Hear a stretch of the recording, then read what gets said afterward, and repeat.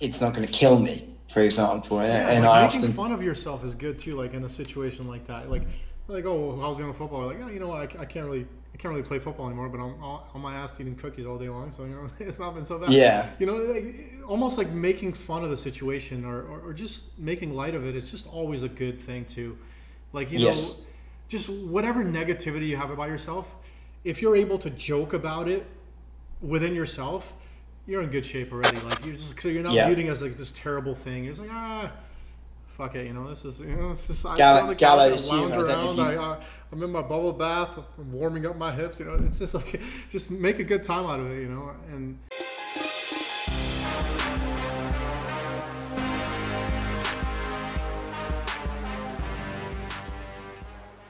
Yeah, I don't know if you guys have that phrase across the pond, but in the UK we call it gallows humor, which is like laughing at unfortunate situations, which is a coping mechanism. yeah, And there's a phrase that goes along with it, which says, "If you're not laughing, you're crying." yeah. You know. Just like not So like you know what, man. My hips, I can't play football anymore. Like as if it's like this huge, drastic, like terrible thing, like as if somebody yeah, fucking stabbed you in your stomach or like you killed your children. You know what I mean? Like just have a positive mindset, more of like just yeah. a positive energy, I should say. The words can be negative, like yeah, I can't play with my hips, but like it's all right. This We're not gonna this die. Yeah, this takes us actually quite nicely to the next point, which is the habits of your closest friends and people you spend the most time rub off on you without being aware. Sometimes this, like, groups become homogenous. Like, that is a Mm-hmm. known thing. Groups of friends are very often similar in terms of behavior, Yeah. and they speak the same way. They have like their own language, the ways of communication, the body language, Mm-hmm. everything.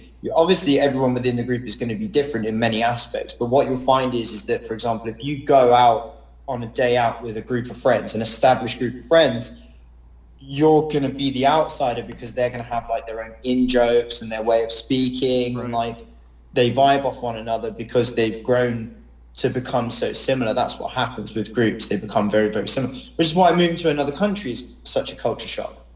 It's Yeah. not like genetically. You take Japan as an example, right? Japan is an enormous culture shock if you've ever been there, right? A huge culture shock, could not be more different from say British or even American or Canadian culture. But it's not a genetic thing. Japanese people aren't born genetically different in terms of culture. It's the culture that they grow up in Mm-hmm. that rubs off on them, which means that their personalities all become fairly similar. That's exactly what Yeah. happens with people.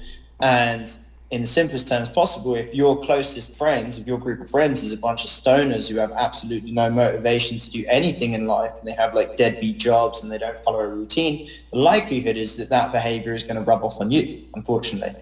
Yes, and it's really the people that you spend the most time with. So everyone's got to be careful with that. After this, after I make this quick point, let's just run down all the points and then we'll do a recap. But yeah, so it's really the person you spend the most time with. Like for example, if let's say for example I'm way on like the positive spin on things, and then Scott's a little bit more on the pessimism side. Let's say for example me and Scott live together. What would happen is we would probably both like In the middle, yeah. end up somewhere around the middle-ish area. Or if I'm very firm, like he would come a little bit more towards me. Yes. Um, and then like that happens with your friends. If you hang around all these growth mindset positive people, I promise you, you're just gonna it's just gonna rub off on you, whether you like it or Yeah. not, whether you like it or not. And if you hang around people that are very pessimistic or down and with a negative mindset, that's going to rub off on you as well, whether you want it to or not. It's just going to happen. So you got to be careful, who you spend your time with, and you know, and just audit that. Just be aware of that. Just like, Yeah. who am I spending my time with? Am I just being like sucked into this negative kind of thing, or am I being sucked into this positive thing and like I'm just going along for the ride? This is great. It's like we all have that. Let's say, for example, Scott, you meet somebody and he's just like a ball of like just positive energy. You're just like, I kind of feel good just hanging around with this fucking guy. Like he's just like always just like Yeah. very like one example would be like I almost see your dad in a way like that. When I met him, he's like, Yeah, hey, yeah. how's it going? He's like always smiles. He's always happy. He's just like it's like it's like that'll rub off on you a little bit if you spend time with somebody that's just always jolly. But then, like, if 100% you spend does, time yeah. with somebody that has like this very dark energy, that'll also, you know, rub off on you as well. Where you're just like, you know, what's going on here?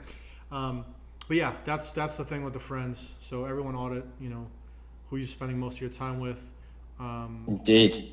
Yeah. So let's just run through. All right, we'll just breeze through these Let's points. just So breeze through all of them. before a big speech or competing in a sporting event, you can reframe "I am nervous" to "I'm getting excited." I'm getting an adrenaline rush to help me concentrate. Just further reading on that point, if anyone's watched when we did a podcast on DARE, I would recommend going and reading the DARE response. Yeah, it's just going with that feeling, like just feeling it and like being happy to feel it instead of unhappy to feel it. Unhappy to feel it brings anxiety. Happy to feel it brings it as excitement. That's really what's needed on that one. Next one is actually maybe the most important one for me. Make your habits really easy so that you can do them even if you don't feel it. As soon as we did this podcast the first time and fucked the recording, good habit, bit of a habit of us, I downloaded a productivity app and I condensed all of the habits that I wanted to form into 5 different points. Within them, they have sub-points. But the most important thing, there's like an overarching habit there. Now, if I actually wrote down the habits that I wanted to do throughout the day, there'd be like 20. The problem, if I set out 20 habits, I'm going to fail because that is that's way too many anyway, but B, it's way too many to go from things that I'm not achieving that I want to achieve. If I go from 0 to 20, I'm setting the bar way too high. It's always what I realized bite-sized pieces, always bite-sized pieces, incremental, right? Incremental, always start with one, set that one in, get to the second, set that one in place, and small too, like not 1 hour habits, like 10 minutes. You know? No, that's small it. And bite-sized.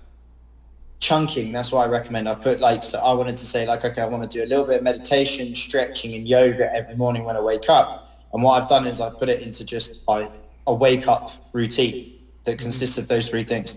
But as long as I achieve one of those, I consider that I've achieved the habit. So I'm starting by just trying to do one of 3.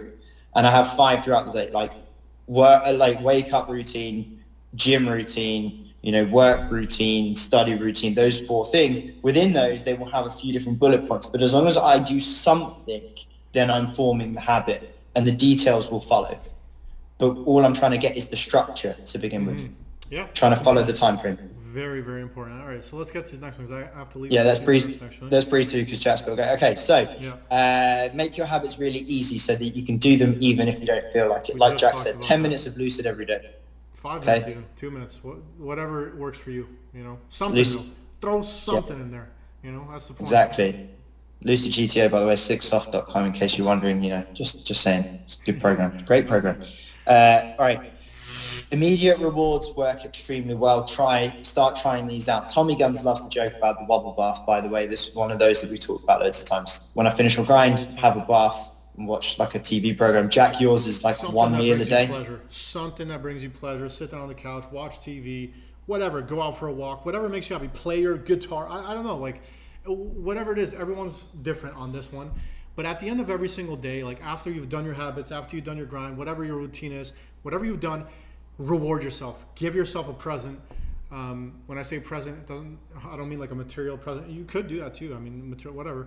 Just whatever floats your boat. Whatever brings you pleasure. Whatever makes you happy. At the end of the day, give yourself a little something as a treat. I did everything I set out to do. We'll just leave it at that. That's a very easy thing to do. Everyone should be doing that. But stay clear of drugs for that one. Just no drugs. No drugs and alcohol. No mind altering substance. Obviously know that is a negative thing that's going to negatively impact you. Because some people are like, oh yeah, then I'll just drink alcohol. I'll just drink 5 glasses of whiskey at the end of every grind. No. Do something that's pleasureful, but actually like a positive, on the positive end of the spectrum. A beer is like one of our best players, one of the best poker players in the world as well, said, I treat myself to a beer at the end of the session. If you fine. 1 beer at the end of every night, 1 glass of wine, 2 glasses whatever. of wine, you know what's good and what's not. Like if you don't take it like... If you're going to be Frank the Tank every day after grinding, then you're probably taking it too far. Well, let's go on. Probably. All right, successful people have the ability to deal with the boredom of showing up and doing the same things every day. They feel the same lack of motivation as everyone else, but they don't let that stop them. We always bring up this book. It's so important. The motivation myth. Motivation is unsustainable, finite. It is not going to help you form habits. And actually, this is a big part of this book too. Yeah. He says the same things.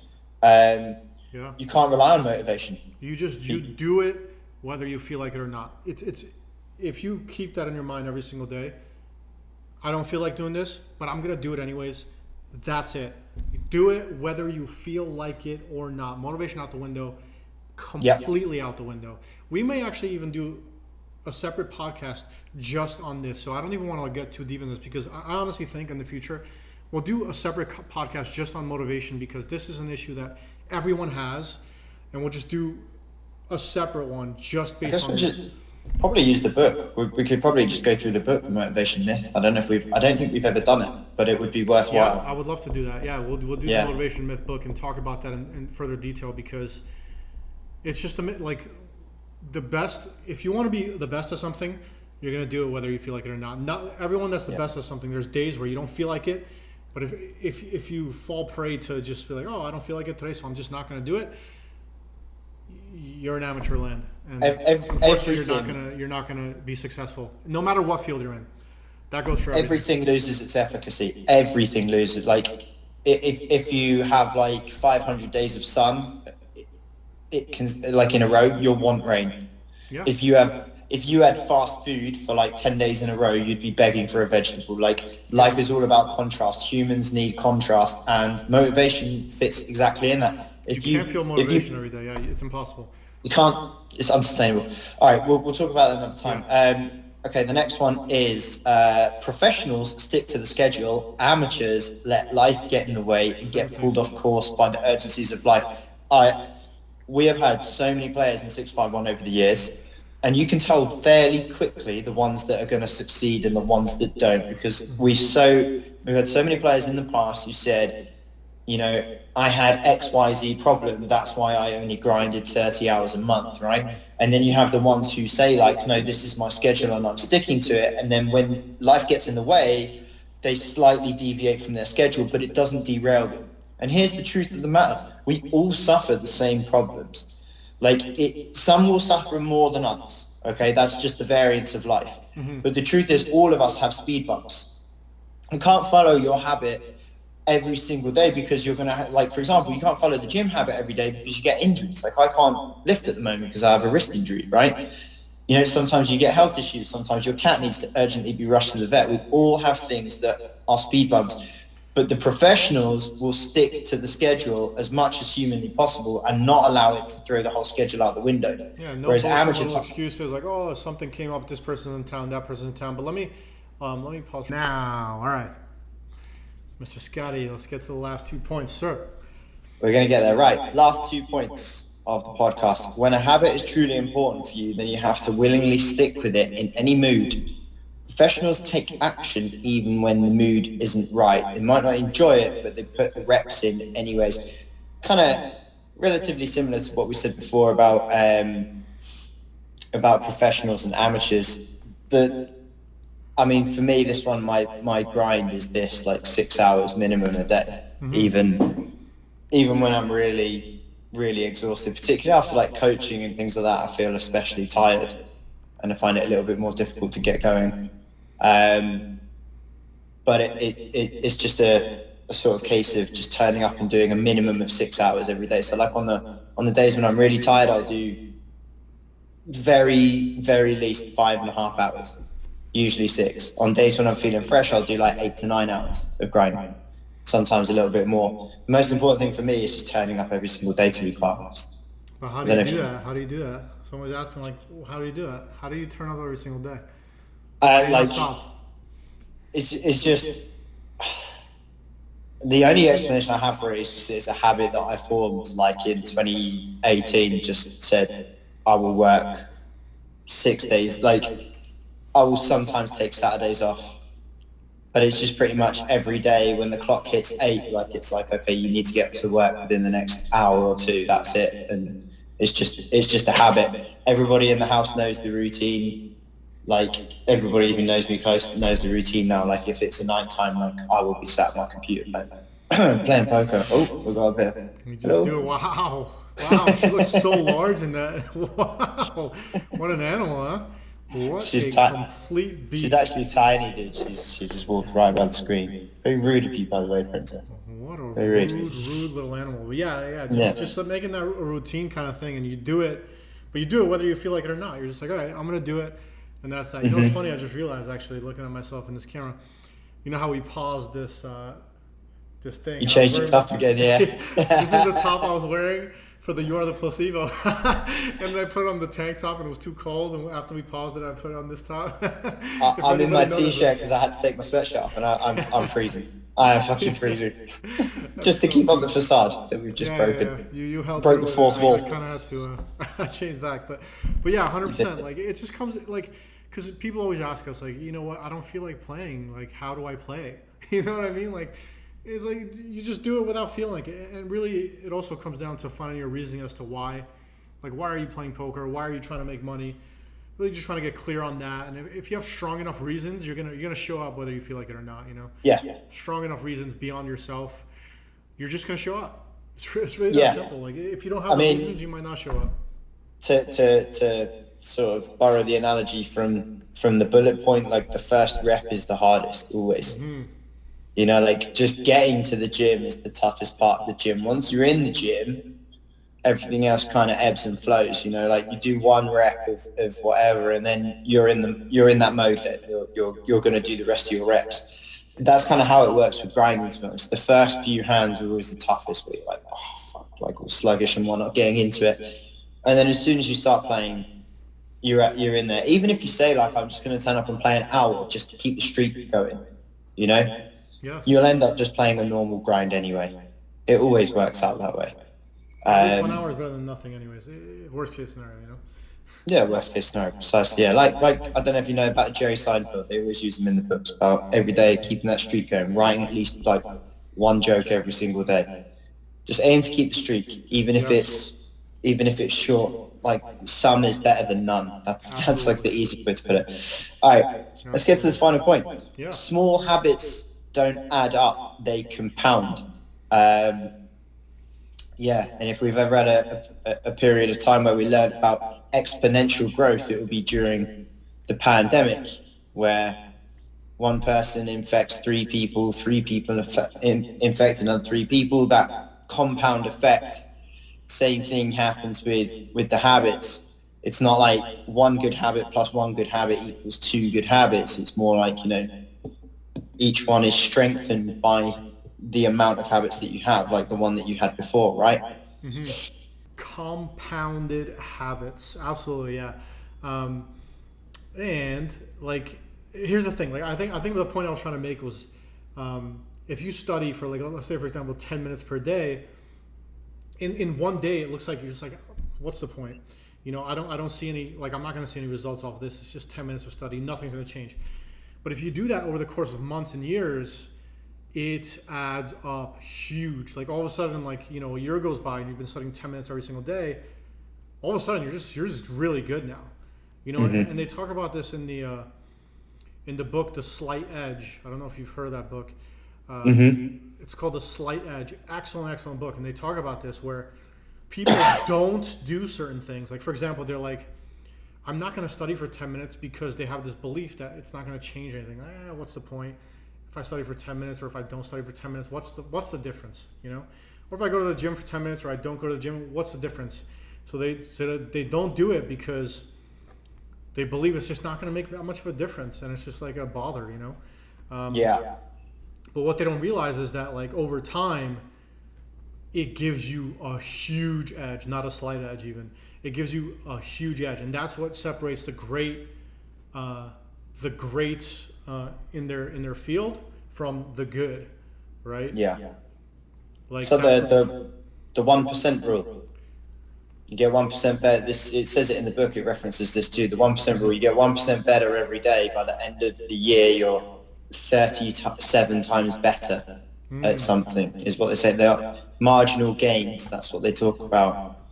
Marginal gains. They're like, it's referenced in this book and loads of other books. And they talk about, I don't know if you ever heard of the British cycling team about this marginal gains.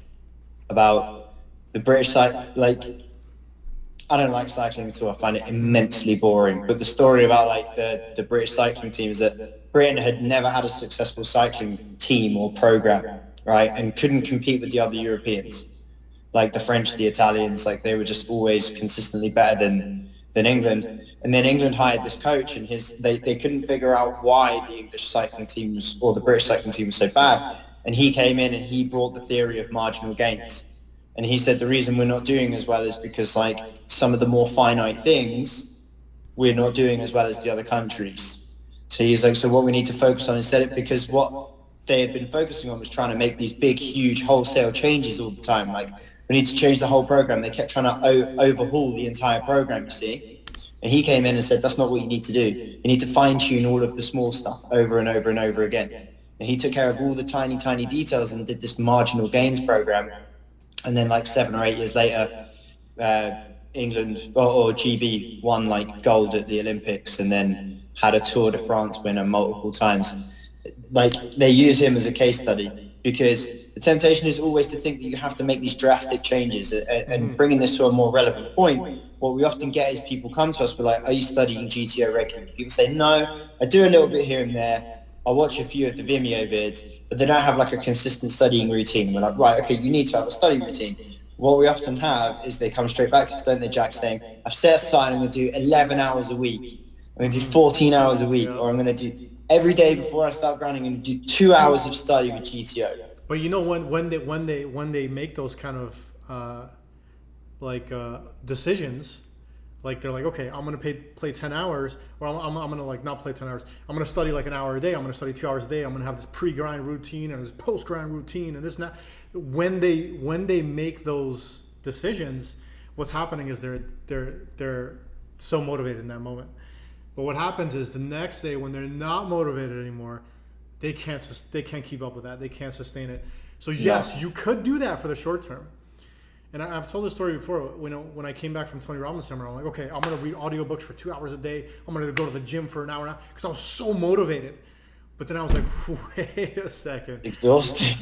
The days that I'm not motivated, I just can't do that. It's too much of a dread.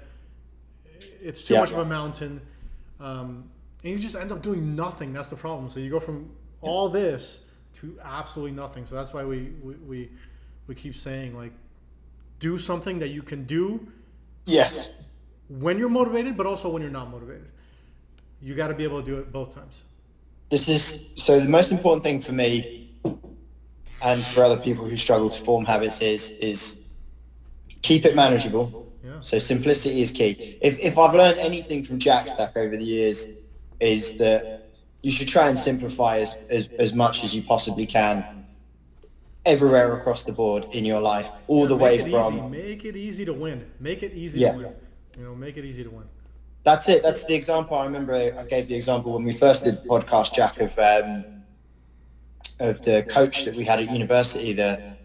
He was my lecturer on my football studies course, soccer studies for you guys over there, where you play hand egg. But on this course, we had this coaching module. We turned up one day and we were doing a warm-up and he gave us like this complicated drill to do and we were all making a complete mess. It was like 9 a.m, right? And it's university, so people are hungover to fuck a lot of the time. And we were all struggling. He was like, right, stop. Like, you're all getting this wrong. Everyone go grab a ball, walk up to the goal, stand 1 yard away and just kick the ball in the goal repeatedly, right? Mm-hmm. So we went and did that, and it's like the easiest thing you've ever done. It's like everybody's just kind of giggling, like, what a fucking waste of time. This is really stupid. And then we went back and everybody was like kind of smiling, but more prepared now. And he said, did anybody fail? And we were like, no, nobody. It's impossible to fail at that task. And unless you hit it over the net or something stupid, right? He said that's precisely what I wanted. You needed to do something that you couldn't possibly fail at, that A, like, warmed you up, but B, gave you the sense of success. And now you're more mentally prepared to take on a more challenging task. But the point was, he said it's a psychological trick. You need to do something extremely simple first. Like, that was the whole point of the thing. When it comes to things like studying GTO, simplicity is the absolute key here. I noticed that some people will I was the worst at this. Jack will definitely remember when I first started studying GTO, I had all of these fucking spreadsheets, and hundreds of hundreds of subsets and like Google Sheets with like color coding and shit like that. It took me hours and hours to do these spreadsheets, and then I tried to start filling the information in, and it was just way too overwhelming. And You know what's it funny, by the wasn't way, while you're on that wasn't point, while you're on that point, like when you're doing something like that, the reason why like sometimes we get caught up in doing something like that is like when it looks more complicated, we like to convince ourselves that we're actually learning more, like we're actually like being productive. But there's a saying that's said in a lot of books. There's a huge difference between being productive and being busy. You know, being busy is like just this. You're just like, you know, going crazy and like doing all these things. It's like, for example, you can run from your house to London. I think I've used this example. You can run from your house to from your place to London, which is how many like miles or kilometers away is that? 230 miles away. Yeah, and you would feel so busy. You're like, I'm making so much progress. You're running, you're like as fast as you can. You're sweating. You're like, this has to be the right way. I'm doing everything that I can. But then somebody else is like, dude, why don't you just take the car? You know, and he's like, why don't you just drive the car? It's a lot faster, buddy. You know, and you're just like, but I'm so busy. Like this is so complicated. It's like it feels like I'm doing something really productive, but you're actually not. You're hurting yourself. Like you just take the car, buddy. You'll get there in a few hours. If you run, you're gonna get there in like 50 hours. You'll still get there. By the way. But it'll take you 40 or 50 hours, maybe. I don't know how long. Something like that. But if you just take the car, take the more productive, efficient route, you just get there faster and safer and cleaner and happier. It's the work smarter, not harder thing, isn't it? You know? Yeah. So when it comes to habits, like I'll give my take as a disorganized person, and then Jack, you can chime in as an organized person. But the most important things I would say I'm not organized, by the way, just so you know.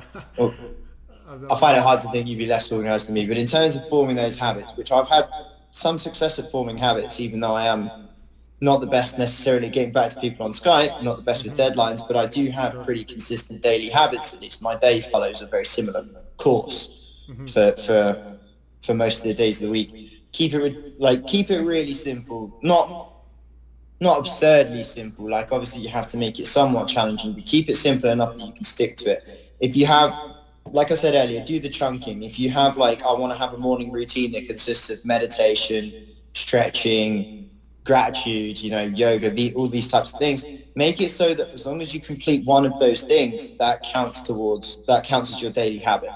As long as you do one of those things. So if you wake up in the morning and like, I'm late, I've woken up late, I don't have time to go through the morning routine, so I won't do any of it. The most important thing is do as much of it as you can.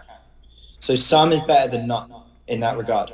So put your habits together, write down all of the habits that you want to form and chunk them together in groups so that you've got like 1, 2, 3, and 4, and you can put a label on that group.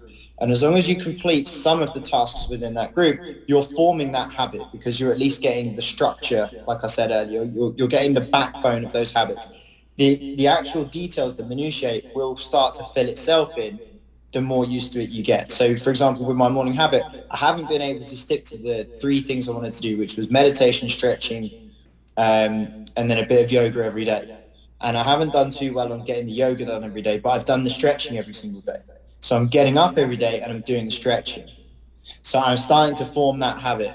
The more consistently I complete that, the more time I'll have to do the meditation and the yoga.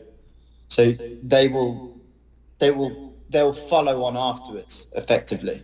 Yeah, you do one at a time. You set up habits one at a time. And your goal could be to do meditation, yoga, this, that. You can see it and be like, okay, that's my goal, but I'm going to start one at a time. And then once I perfect this one, then you add the second one, but like slowly, couple minutes, So, 2, 3, 4, 5 minutes.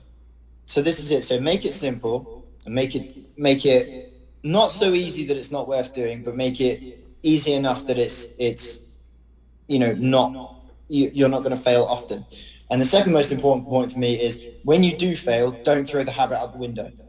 That's the most this is such a crucial point because whenever you set up a new habit and you fail to do it once, the temptation is to think, well, I fucked it now. And then the baby goes with the bathwater and you just start from scratch. And before you know it, you're like, oh, it's all over. I needn't bother.